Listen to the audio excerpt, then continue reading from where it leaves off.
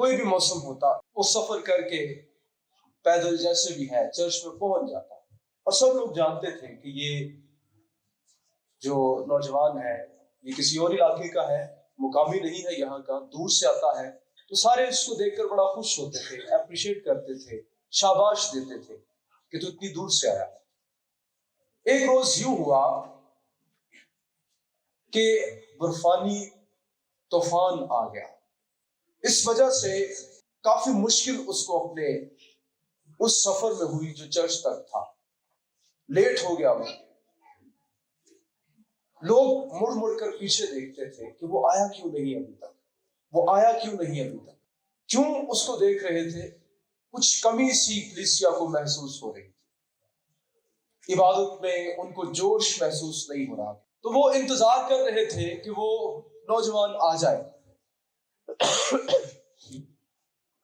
जब पीछे वो मुड़ मुड़ कर देख रहे थे, वो आ गया तो सबने तालियां बजाना शुरू कर। ये सिर्फ इंसानी जोश नहीं था, उनको लगा जैसे उसके आने से खुदा की हुजूरी भी बड़े अजीब तरीके से आई। प्रस्तिश का माहौल चेंज हो गया, इबादत का माहौल चेंज हो गया। और उन्होंने तजुर्बा किया कि इस नौजवान के आने से कलीसिया में कुछ मुख्तलिफ होता है। जब से ये आ रहा है हमारी कलीसिया में एक अजीब सी बरकत है। वजह क्या थी? मुझे यूं लगता है कि खुदा उस नौजवान की डिवोशन को, उसकी मखसूसियत को, उसकी लगन को देखता था कि ये इतनी लगन के साथ हर मौसम में मेरे घर में मौजूद होता है, इसलिए मैं इसे जरूर बरकत दूंगा। आप जब खुदा के घर में इस वक्त आए हैं और नहीं आए, तो जो आपकी जरूरत है खुदा उसे जरूर पूरा करेगा। आज जो मेरा मजमून है वो है रूहुल कुद्स कौन है। अब जब आप प्रस्तुत कर रहे थे, आधे से ज्यादा गीतों में रूहुल कुद्स का जिक्र था। तो और जब हम दुआ करते हैं तब भी हम रूहुल कुद्स की मामूरी को मांगते हैं, रूहुल कुद्स की तहरीक को मांगते हैं, रूहुल कुद्स की रहनुमाई को मांगते हैं। ज्यादातर हम जो पेंटिकॉस्टल्स हैं, हम रूहुल कुद्स को नुमाया हैसियत अपनी जिंदगियों में, अपनी कलीसिया में, खानदानों में और हर जगह देते हैं।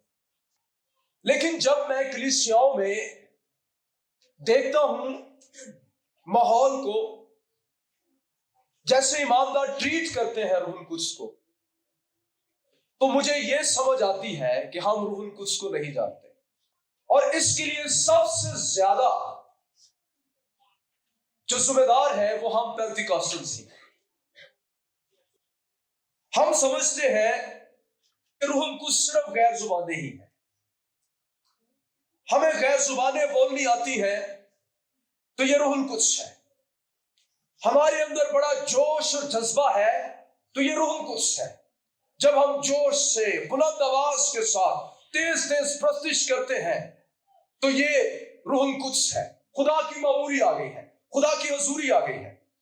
गैर जुबानें बोल रहे हैं, जुबान चाहे इसमें शरीनी आई है या नहीं आई, रूहुल कुद्स हमारे अंदर है। जोश जज्बा बड़ा है, हालेलुया पूरा है, पूरी आवाज में नारे, लेकिन अंदर खुदा के लिए मोहब्बत है या नहीं है, रूहुल कुद्स हम में है। हम ये सोचते हैं। इसलिए ये बहुत बड़ा सवाल है कि रूहुल कुद्स कौन है। अगर आप रूहुल कुद्स की मामूरी चाहते हैं, रूहुल कुद्स की रिफाकत में बढ़ते जाना चाहते हैं, तो आपको जानना है कि रूहुल कुद्स है कौन। सबसे पहली बात, जब आप इस सवाल को उठाते हैं कि रूहुल कुद्स कौन है, सबसे पहली बात, रूहुल कुद्स खुदा है। रूहुल कुद्स कौन है? खुदा है। हमारे इर्द गिर्द बहुत सारे ऐसे चर्चेस हैं, कलीसियाएं हैं, लोग हैं जिनकी तालीमात में यह बात शामिल है कि रूहुल कुद्स खुदा नहीं है, और उनके रवैयों से भी यह बात साबित होती है कि वो रूहुल कुद्स को बतौर खुदा अपनी जिंदगी में कबूल नहीं करते। हम मसीही हैं। रसूलों का अकीदा अक्सर कलीसियाओं में पढ़ा जाता है, ये जो आपके पास रूह की खुशी किताब है या फिर सियालकोट कन्वेंशन है, इसकी बैक पर आखिर में रसूलों का अकीदा लिखा होता है और उस अकीदे के मुताबिक हम खुदाए सालूस को मानते हैं। खुदाए सालूस का मतलब क्या है? हम बाप, बेटा और रूहुल कुद्स के पैरोकार हैं, हम उसके परस्तार हैं। जो मसीही तस्वुर खुदा है वो है कि हम एक खुदा को मानते हैं जो अपनी जात में एक है। मेरी जात क्या है? मैं इंसान हूं, ये मेरी जात है। मैं अपनी जात में इंसान हूं, मैं फरिश्ता नहीं। जो फरिश्ता है वो अपनी जात में क्या है? फरिश्ता है, वो इंसान नहीं है। अगर वो इंसान का रूप लेकर आ भी जाए तो भी वो क्या रहेगा? फरिश्ता हमेशा। जब मैं गुनहगार था, मैं गुनहगार इंसान था, लेकिन था मैं इंसान। जब मैंने निजात पाली तो मैं रास्तबाज इंसान बन गया, लेकिन रहा मैं इंसान। अभी मैं जिंदा हूं तो मैं क्या हूं? जिंदा इंसान। जब मैं मर जाऊंगा, मरना तो है, उस वक्त मैं मुर्दा इंसान हूं। जब मैं दोबारा मसीह में जी उठूंगा, जलाली बदन मुझे मिल जाएगा तो मैं जलाली इंसान बन जाऊंगा, लेकिन रहूंगा मैं हमेशा इंसान ही। हमारी जात कभी बदलती नहीं। तोता तुसी घर च लै ਉਹਨੂੰ ਤੁਸੀਂ ਸਿਖਾ ਲਓ ਨਾ ਵੀ ਸਾਰੇ ਘਰ ਉਹ ਟਾਟਰ ਗੱਲਾਂ ਕਰੇਗਾ, लेकिन रहेगा कि तोता ही भावें वो ਤੁਹਾਡੀ ਜ਼ੁਬਾਨ से वो परिंदा ही रहेगा, अपनी जात ਦੇ ਵਿੱਚ ਹੀ परिंदा। इसी तरह खुदा की जात, खुदा इलाही, खुदा अपनी जात में कभी तब्दील नहीं होता और अपनी जात में वो एक है। क्या है? एक है। उसकी जात एक ही है, लेकिन उस एक जात में तीन शख्सियत, तीन शख्स है। एक गल बड़ी मुश्किल है, ना भी समझ आई कोई नहीं, गल दुआ करे। ये बड़े बड़े आदमी में छेती समझ नहीं आती। खुदा एक है और उसमें शख्सियत तीन है। कौन सी शख्सियत? खुदा बाप, खुदा बेटा और खुदा रूहुल कुद्स। जब ये तीनों खुदा की जात है तो ये क्या हुए? खुदा। लेकिन तीन खुदा नहीं, एक खुदा, तीन शख्सियत। जैसे बाप खुदा है वैसे बेटा भी खुदा है, जैसे बेटा खुदा है वैसे रूहुल कुद्स भी खुदा है और मुकम्मल खुदा है, तीसरे दर्जे का खुदा नहीं है। इस तरह से जब रूहुल कुद्स तस्लीस का तीसरा शख्स है तो वो खुदा। पहली और लाजमी बात यह है, अगर आप बाइबल को पढ़ने वाले हैं तो पैदाइश की किताब पहले बाब की पहली आयत में क्या लिखा है? जमीन वीरान और सुनसान थी, गहराओं के ऊपर अंधेरा था और खुदा का रूह पानियों पर जुम्बिश करता था। तख्लीक सिर्फ और सिर्फ खुदा कर सकता है और खुदा के रूह ने तख्लीक में पूरा पूरा हिस्सा लिया। बाइबल को जब आप पढ़ते हैं तो यह बात साबित होती है कि खुदा का रूह वो खुदा ही है। इस बात पर मैं ज्यादा वक्त नहीं लगाऊंगा, लेकिन हमारे रवैये क्या है? क्या हम उसे खुदा के तौर पर ट्रीट करते हैं? अजी मनु पाक रूह मिल गया, रूह ना मिल गया तो कमेटी तो मिल गई है, मेरी कमेटी नहीं बनाई गई, ये खुदा का रूह है, अब मनु भी रूह चाहिए। पता तो की मांगना ये कौन है? यदि वचना तेरे पता है ये खुदा है। हम उसे ऐसे ट्रीट करते हैं जैसे वो कोई ताकत है जो हम में आ जाएगी और हम कोई सुपर ह्यूमन बन जाएंगे, असली कोई हीरो बन जाएंगे। एक दफा मैंने चैनल का नाम नहीं मैं लूंगा, किसी सारे पोस्ट जाने थे, जानते थे, जो खादिम साहब है वो ऐसे सामने खड़े हैं और दुआ करवाने के लिए कोई उनके सामने है और वो क्या कह रहे हैं? 1 2 3 टच। बंदा गिटे, खुदा बेहतर जानता है कि मैं टिका। इस पर मैं कोई इबादत नहीं करता। लेकिन क्या आप रूहुल कुद्स को ऐसे 1 2 3 कह सकते हैं जो खुदा है? ऐ रूहुल कुद्स तू जरा उठे खलोते रहना, अब मैं जिस दिन तक मेरे दिन पूरे ना हो जाए तू है बंदे को छूना नहीं है, ठीक? ऐ बंदे को तू छूना है और नहीं तू छूना। ये क्या खुदा उससे मांगते हैं? ये उसको खुदा के तौर पर ट्रीट करना नहीं है। आप रूहुल कुद्स मैं ना आज मीटिंग प्रेजाइड करनी है, आज से तेरी हजूरी आनी आनी चाहिए, मैं गैर ज़बान खोल के बोलनी आता,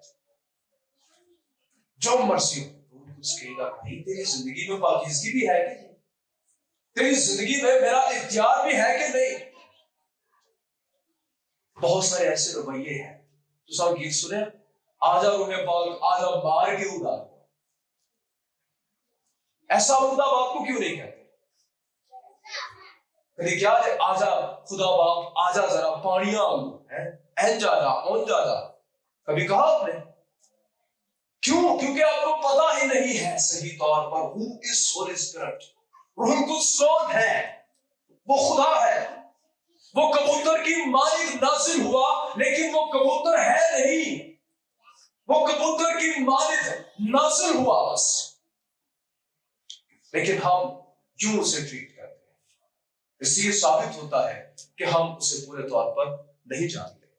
जब हम खुदा को पूरे तौर पर जानते नहीं, हम उसकी पूरे तौर पर कोशिश भी नहीं कर पाते। इसके बाद जो दूसरी बात है, रूहुल कुद्स एक शख्सियत है। शख्सियत क्या होती है? आप एक शख्स उसको हम कहते हैं जिसका अपना शऊर होता है। ये शऊर क्या होता है? इसमें हाँ जी अपनी किसने बोला जी, अपनी पहचान, वो अपने आप को जानता है, उसकी अपनी मर्जी होती है, वो फैसला ले सकता है, उसमें अक्ल होती है, समझ बूझ जज्बात होते हैं, वो रोता है। आजकल एक रोबोट नया मुतारिफ हो रहा है, अमीका उसका नाम है, वेरी ह्यूमनाइड रोबोट, इंसानों की तरह का है, उसके चेहरे के एक्सप्रेशन भी इंसानों की तरह, उससे कोई सवाल करे वो इंसानों की तरह जवाब दे। तो उससे पहले एक और रोबोट था, सोफिया उसका नाम था, वो बड़ा मार्केट में मशहूर था, आजकल ये बड़ा मशहूर हो रहा है। चाहे वो इंसानों की तरह जवाब दे रही है, हम उसको क्या शख्सियत कह सकते हैं? नहीं, उसके जज्बात नहीं है, वो आंसू नहीं बहा सकती, वो रिलेट नहीं कर सकती अपने आप को हमारे साथ।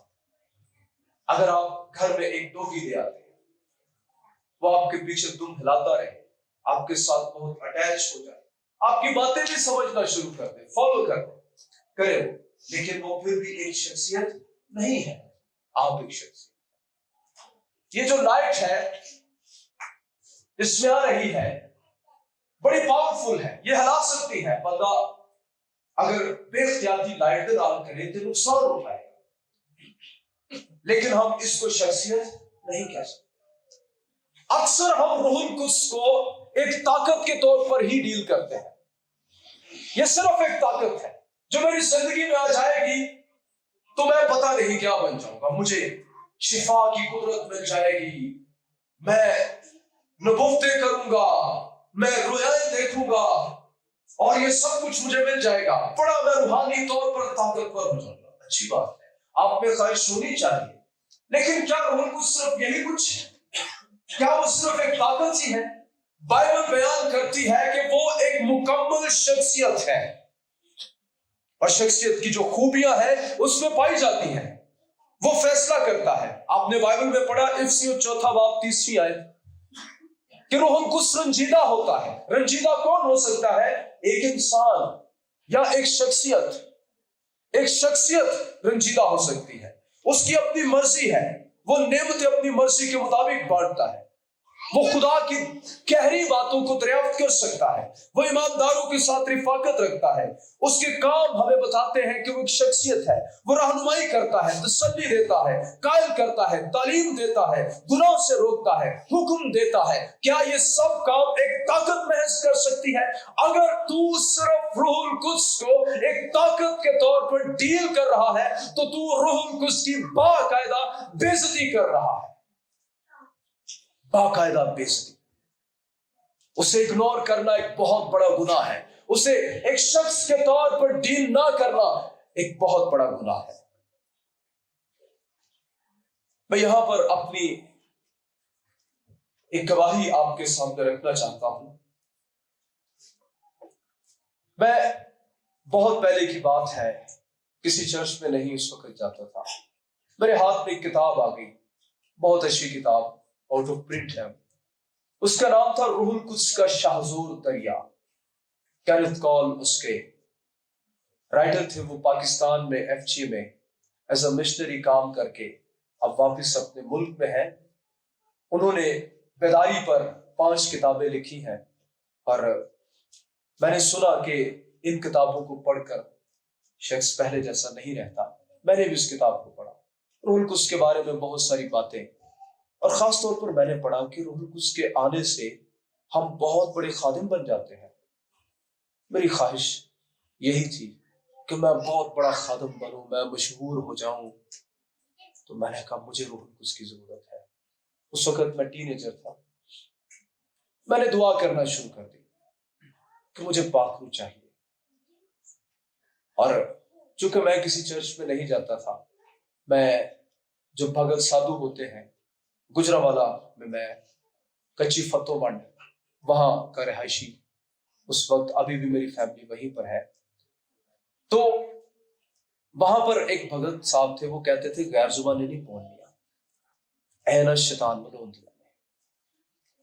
मैं बड़ा कंफ्यूज था कि रूहुल कुद्स की तो नेमतों में से एक गैर जुबान है और ये मुझे कहते हैं गैर जुबानी बोल। तुम पता है साधु भगत तो रियासत करते हैं, मैं भी रियासत करता हूँ।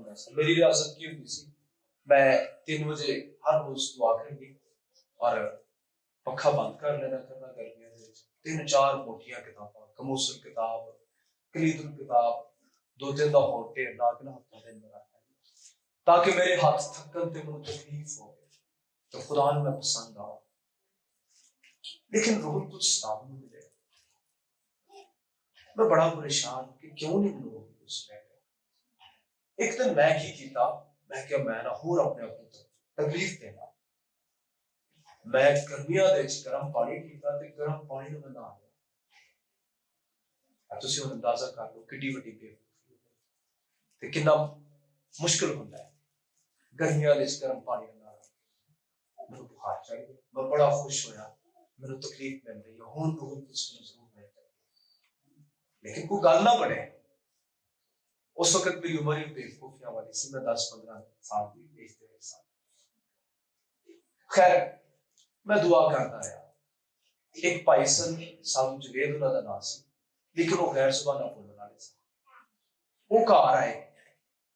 उस दिन मैं पहली दफा खुदा दी हुजूरी महसूस की। मुझे लगा कि एक्चुअली इन्हां दे नाल कोई होर भी है क्या। घर में रोशन रोशन लगे, घर का माहौल बड़ा अजीब महसूस हो गया। मैं उन्होंने कहा भाई जी मेरी दुआ करें। मैं दुआ कर रहा हूं, रूहुल कुद्स मिले। उन्होंने कहा अच्छा खुदा तेनू गैर जुबाना दे। मैं क्या दिल च सोचा मैं तो गैर जुबाना नहीं चाहता। मैं बड़ा डावाडोल सा कि गैर जुबाना मुझे चाहिए नहीं कि रूहुल कुद्स चाहिए। और फिर ना नाली मेरे मामू दे पुत्रा दी 2 उन्हां दी शादी सी ते मैं डांडिया डांस से हिस्सा भी लिया सी। खैर ते मेरा शायद जोड़ा सी, वो मेरी कजन दे नाल सी। मैं बड़ा खुश कि चलो मुझे डांस से हिस्सा मिला है। और नाल उस वक्त ना एक मसाला जो होता सी स्पार्क वाला, वो खा के ना तो चक्कर चढ़ जाते हैं। विकी राज के उन पता नहीं लगता है कि मैं नाल वो खाना दिन में 1-2 दफा खाना। मैं नाल दुआ की करना पे खुदा मेरी ना दुआ इकट्ठियां करता। अजरा शादी तो बाद इकट्ठी रूहुल कुद्स मिलते ना, क्योंकि जो रूहुल कुद्स नाज़िल होता है ना फिर खुदा पाक हो जाता है। गुरु जय डांडिया डांस ही छड़ना पड़ेगा है, सुपारी भी छड़नी पड़ेगी। तो खुदावंद मेरी दुआ इकट्ठियां करता है। एक दिन मैं बड़े तंग आ गया कि यार की जिंदगी, मैं ना खुदावंद पूरे तौर पे ना शैतान बन। मुझे आज कोई फैसला लेना चाहिए। साडे घर दे विच डांडिया दी प्रैक्टिस हो रही सी। 3 बजे मैं डेली दुआ करन दा सी। मेरे दिल च ख्वाहिश होती सी मैं घंटियां लोग दुआ करा, जिन्हें दानियल और फरिश्ते मिलते समुद्र आके मिला, मैं रूहानी आलम जो देखा, लेकिन मैं 10 मिनट दुआ करके उठा जाता, मैंने समझ नहीं आती कि मेरे नाल हुंदा की, लेकिन ख्वाहिश मेरे अंदर पड़ी कि मैं खुदा दे बहुत करीब होगा। साढ़े 2 कमरे सन, दोनों के दरमियान एक दरवाजा सी बनाया, जिहड़ा नाल दा कमरा सी उत्थे 2 चारपाइयां पईयां सी, एक पासे पेटी हुंदी सी, एक पासे टेबल उत्ते बिस्तरे पे हुंदे सन ते विच थोड़ी जगह हुंदी सी। उत्थे मैं घुटने टेक के दुआ करदा सी, जिन्नी भी हुंदी। जो 3 बजे दुआ का टाइम, मैंने क्या किया, मैं सारे काम छोड़कर दुआ के लिए मुझे अचानक महसूस हो कुछ मेरे अंदर हिद्दत सी है, कुछ गरम गरम सा मुझे अंदर से महसूस हो। मैंने अपने आप को हाथ लगा के देखा तो मैं उस दिन ठीक ठाक था, मैं बहुत ज्यादा गर्म महसूस कर रहा, मेरी स्किन जैसे जल रही थी। मैं परेशान हो गया, क्या मेरे साथ हो रहा है। और मैंने अपने आप को शीशे में जाकर देखा, मैं जायजा ले सकूं मेरे साथ हो क्या। तो वैसे इतना साफ मेरा रंग उस वक्त नहीं था जैसे भी है, शायद इससे थोड़ा सा हो, लेकिन ना मुझे मामूल से ज्यादा मेरा रंग ब्लैक लग रहा और मैं परेशान था, हो क्या रहा है मेरे साथ। खैर मैं दुआ के लिए बैठ गया और जब मैं बैठा मैंने 2-3 जुमले बोले। मुझे नहीं पता ये कैसे जुमले मेरे मुंह से निकले, आज मैं इनको समझता हूं लेकिन उस वक्त मैं नहीं समझता। पहली बात मैंने कही, खुदावंद मुझे गैर जुबानें नहीं चाहिए, मुझे रूहुल कुद्स चाहिए। अगर रूहुल कुद्स के आने से गैर जुबानें बोली जाती हैं तो मैं बोलने के लिए तैयार। पहला जुमला मैंने बोला, दूसरा जुमला मैंने बोला कि रूहुल कुद्स आज से मैं तुझे अपनी जिंदगी में बतौर खुदा खुशामदीद कहता हूं। ये बोलने की देर थी, कमरे का माहौल बदल गया। वो छोटा सा मेरा कमरा आसमान का हिस्सा मुझे महसूस होता है। हर कोना मुझे खुदा की हज़ूरी से मामूल महसूस हुआ और मुझे लगा ये जो ब्लैक मेरी स्किन पर है ये मेरी बदी है, जो रूहुल कुद्स की हज़ूरी जो मेरे अंदर जागज़ीन हो चुकी है उसके सबब से टिक नहीं पा रही और जल्दी से जल्दी मुझ में से बाहर निकलना चाहती है। और मैंने महसूस किया कि ये जो मेरा सेंटर है मेरी बीन का, यहां से बड़ी मेंढकों की तरह उछल कर मेरे अंदर से निकल रही है। मेरे गुनाह मुझे छोड़ रहे हैं और इसी जगह से मुझे एक खुशी का फुहारा फूटता हुआ महसूस हुआ। मैंने इंतहाई गहरी शादमानी को अपने अंदर महसूस किया और मैंने एक गैर जुबान नहीं कई गैर जुबानें बोली। 3 बजे शुरू हुआ, 4 बज गए, 5 बज गए, 6 बज गए, अंधेरा हो गया, लेकिन मेरी जुबान नहीं रुक रही थी। घुटनों के बल होकर दुआ कर रहा हूं। पहली दफा मैंने इतनी लंबी दुआ की, 1 घंटा 2 घंटा खड़ा होकर, बैठकर, लेटकर, लेकिन मेरी जुबान खुदा की तारीफ करने से बंद नहीं हुई। मैंने बाहर निकलकर देखा कि ये सिर्फ कमरा ही ऐसा है या सारा माहौल भी ऐसा है। मुझे सब कुछ नया दिखाई दे रहा था। उस वक्त हमारे घर में ईंटें लगी हुई थी सही। मैंने पूछा अपने घर, आपने ये ईंटें धोई है? नहीं, किसी ने नहीं। मुझे लगा ये अभी धोई गई है। सब कुछ नया मुझे दिखाई दे रहा था। मैं बाहर गया, मैं निकला कि जाकर बाहर देखो लोग मुझे कैसे लगते हैं। जब मैं लोगों को देख रहा था तो मेरा दिल चाहे कि मैं इनको गले लगाकर कहूं मैं आपसे मोहब्बत करता हूं। इतना ज्यादा मोहब्बत का जज्बा मेरे अंदर आ गया। वैसा नहीं था। मैं अपने मूड में रहने वाला शख्स, खामोश रहने वाला शख्स, जल्दी गुस्से में आने वाला। जब मैं रूहुल कुद्स से भरता गया, जानता गया उसे, उसकी शख्सियत को पहचानता गया, उसके साथ फ्रेंडशिप गहरी होती है, तो मेरी जिंदगी में मुसलसल तब्दीली आती है। तब से लेकर अब तक मैं इवॉल्व हो रहा हूं, मैं तब्दील हो रहा हूं। मुझसे वो मसाला साबी की रात छोड़ना मुश्किल था। एक दिन मैं मीटिंग प्रेजेंट करने के लिए जा रहा था, रूहुल कुद्स ने मुझे तौफीक दी कि मुझे कटल में फेंक दो। उस दिन की फेंकी दोबारा मैंने नहीं, और ये अपनी कुव्वत से नहीं रूह कुछ की कुदरत है। आज जब मैं सोचता हूं तो मुझे रूह कुछ बताते हैं, मुझे कायलियत देते हैं कि मैं उसे जस्ट एक कुवत के तौर पर ही रिसीव करना चाहता हूं। लेकिन जब मैंने उसे एज अ गॉड, खुदा, शख्सियत अपनी जिंदगी में वेलकम कहा तो वो मेरी जिंदगी में आया। आज अपनी जिंदगियों पर गौर कीजिएगा तो और भी निकात है, लेकिन मैं उनको छोड़ देता हूं। रूहुल कुद्स मददगार है और रूहुल कुद्स पाक है, ये दो बातें भी इसमें शामिल है। लेकिन मैं यहां पर इत्तेफाक करता हूं, अपनी जिंदगियों को देखिएगा कैसे रूहुल कुद्स को ट्रीट करते हैं। क्या आपकी दुआया जिंदगी पर उसका कंट्रोल है? कैसे साबित हो सकता है कि वो आपकी जिंदगी में है या नहीं? इससे नहीं कि मैं गैर जुबानी कितनी बोलता हूं, no no no no, that's not a parameter. ये पैरामीटर नहीं है, ये पैमाना नहीं है। तू कितना पाक रूह के असर में है, तू कितना पाक रूह के कंट्रोल में है। तुझे पाक रूह नहीं मिला, तू पाक रूह को मिल गया है। पाक रूह के हवाले तूने अपनी जिंदगी को कितना किया है। जब तू गुनाह करता है तो पाक रूह तेरे साथ कलाम करता है, ना कर इस गुनाह को, खुदा रंजीदा होगा, मैं रंजीदा होगा। उस वक्त तू खुदा के रूह की बात को ज्यादा सुनता है या अपने जिस्म की? जब झूठ बोलने का मौका होता है, रूह को तुझे सच्चाई की तरफ लेकर आता है, उस वक्त तू क्या करता है? क्या तो अपने नफे को देखता है कि झूठ बोल कर मैं बच जाऊंगा, मुझे ज्यादा मुनाफा होगा, या पाक रूह को देखता है? जब इबादत में बैठा हो, कलाम सुनाया जा रहा हो, कलाम तेरे दिल पर चोट कर रहा है, रूहुल कुद्स तुझे कायलियत दे रहा है कि तू जहन्नम की तरफ जा रहा है, तू गुनाह की जिंदगी बसर कर रहा है। यीशु ने, खुदा के बेटे ने तेरे लिए सलीब पर जान दी। अब वक्त है कि तू उसके कदमों में आ जाए। क्या तू उसकी आवाज को सुनता है? यहां पर पता चलेगा कितना तू रूहुल कुद्स को जानता है। सो मेरे अजीजों, आज मैं आपको चैलेंज देता हूं, रूहुल कुद्स को बतौर खुदा और शख्सियत अपनी जिंदगी में। बाकी थोड़ा वक्त हम दुआ में गुजारते हैं। आए हम दुआ करें।